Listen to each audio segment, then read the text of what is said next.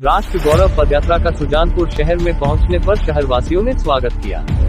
संत श्री 1008 अवधूत बाप जी ने बताया कि 75 दिन की यात्रा में 75 नगर और गांव का भ्रमण किया जाएगा। यात्रा संयोजक संत श्री नर्मदानंद ने कहा कि गाय, गंगा और पर्यावरण शुद्धि के लिए निकाली जा रही 75 दिवसीय राष्ट्र गौरव पदयात्रा श्रीनगर से शुरू हुई, जो कि 75 दिन में यह पदयात्रा 75 नगरों व गाँवों से होकर गुजरेगी। कड़ी सुरक्षा के बीच यात्रा में संत और राष्ट्र प्रेमी तिरंगा और केसरिया ध्वज लिए चल रहे हैं। सुजानपुर शहरवासियों ने संत श्री नर्मदानंद जी का आशीर्वाद प्राप्त किया। यह यात्रा 15 जनवरी 2023 को अयोध्या स्थित श्री राम मंदिर पर पहुंचकर संपन्न होगी। यात्रा 6 राज्यों से होकर गुजरेगी। यात्रा का मुख्य उद्देश्य गाय, गंगा और पर्यावरण शुद्धि है। यात्रा के माध्यम से लोगों को पर्यावरण की सुरक्षा का संदेश दिया जाएगा। स्वामी राम राम जी। स्वामी जी, जो आप अभी आए हैं जहाँ पे भारत की यात्रा जो कर रहे हैं आप सनातन धर्म के लिए, कहाँ से चले थे आप? वंदे मातरम, जय हिंद। ये राष्ट्र गौरव पद यात्रा है। जल, जंगल और जीव की रक्षा, गौ माता का रक्षण, पर्यावरण शुद्धि, जल संरक्षण और विशेष करके हमारे जो राष्ट्र आज 75वां अमृत महोत्सव मना रहा है और 75वां अमृत महोत्सव के चलते ये यात्रा भी 75 दिन में पूर्ण होगी। इस श्रीनगर लाल चौक से प्रारंभ होकर के आदिगुरु शंकराचार्य भगवान के एकात्म दर्शन को जिन्होंने जन जन तक पहुंचाया, सनातन संस्कृति के हमारे देवदूत भगवान आदिगुरु शंकराचार्य, जिन्होंने जहाँ ध्यान किया था कश्मीर की पहाड़ी पे, वो शंकराचार्य पहाड़ी के नाम से आज भी जानी जाती है। जिन भगवान शंकराचार्य ने सनातन धर्म के लिए पैदल भ्रमण करके शंकर दीक विजय उन्होंने किया है और बड़े बड़े धुरंधरों को शास्त्रार्थ में पराजित करके पुनः सनातन धर्म को स्थापित किया, उन्हीं भगवान शंकराचार्य के चरणों से यात्रा प्रारंभ हुई है। और इस राष्ट्र की जो आत्मा भगवान श्री राम है, ये राम भगवान की जन्म स्थली अयोध्या तक यात्रा पहुंचेगी। पर्यावरण शुद्धि का मुख्य उद्देश्य जल संरक्षण को लेकर के, और हम गौ माता का रक्षण किस प्रकार से करें। आज देसी गौ माता को लोग धीरे धीरे भूलते गए। दूध के उत्पादन के लिए जर्सी का जो एचएफ है, उन्हीं लोगों को जो है हम लोग गौ मान लेते हैं। विशेष करके गौ माता का रक्षण जो होना चाहिए वो देसी गाय का होना चाहिए। हमारे देश के अंदर 49 प्रकार की प्रजातियां हैं देसी गौ में। उन गौ माताओं का रक्षण हम करें, उसमें से साथ एक भी प्रजाति को हम यदि अपने घर में रखते हैं तो निश्चित ही गौ माता के द्वारा हमारी अनेक प्रकार की जो बीमारियां होती हैं वो गौमूत्र के द्वारा भी ठीक हो जाती है। और गाय का दूध जो होता है वो सर्वगुण संपन्न होता है। पहला दूध माँ का होता है, माँ के बाद में अगर कोई दूध पीने योग्य है संसार में तो गौ माता का दूध है।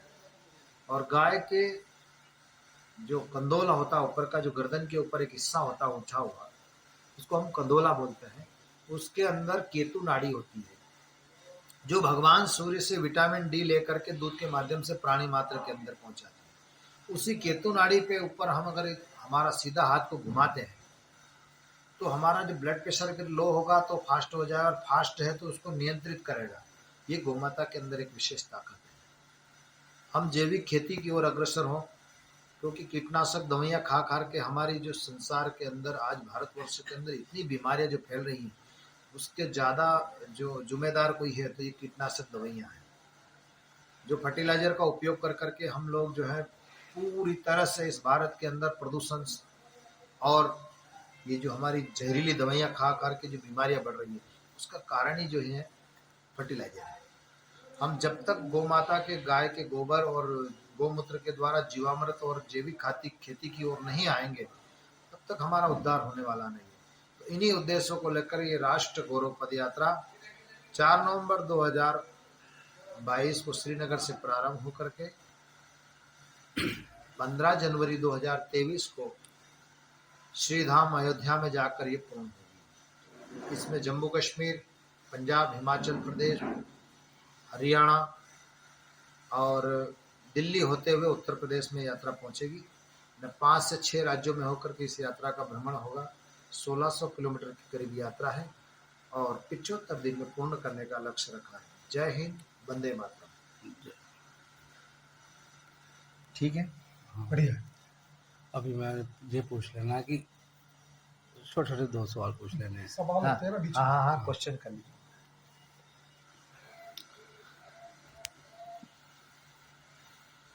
स्वामी, इसके साथ जो आजकल जो सनातन धर्म पे प्रहार हो रहे हैं उसके बारे में आप क्या कहना चाहेंगे?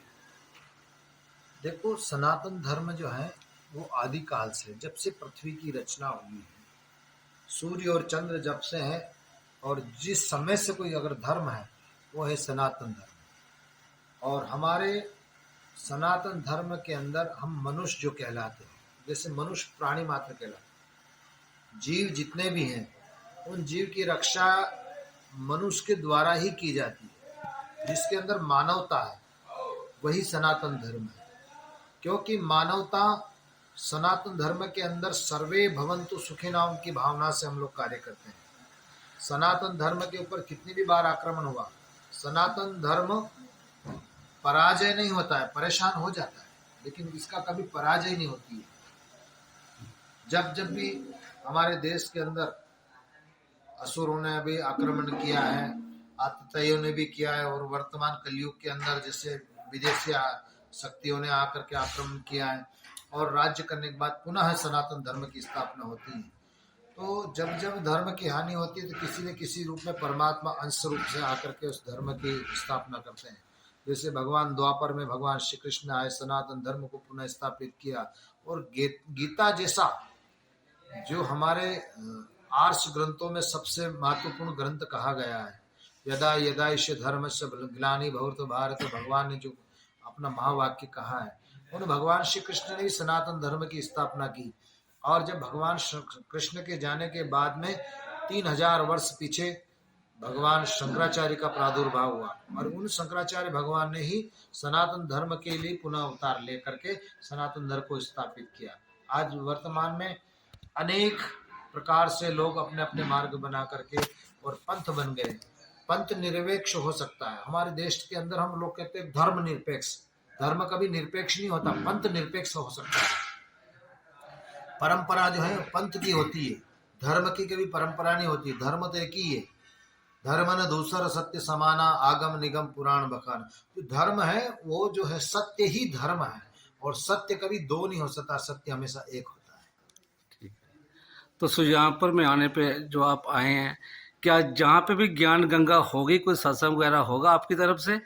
जी, हम लोग नित्य सायंकाल में 1 घंटे का सत्संग होता है, जो गौ माता के ऊपर, पर्यावरण के ऊपर, और हमारे सनातन धर्म के जो आयाम है, हमारे धाम कैसे बने, 4 धाम कैसे है, 12 ज्योतिर्लिंग क्या है, हमारे सूर्य और चंद्रमा की जो 12 राशियां हैं सूर्य की, उसमें चंद्र का क्या महत्व है, इस सब इन्हीं विषयों पे अलग अलग सत्संग नित्य होता रहता है सायंकाल में 6 से 7।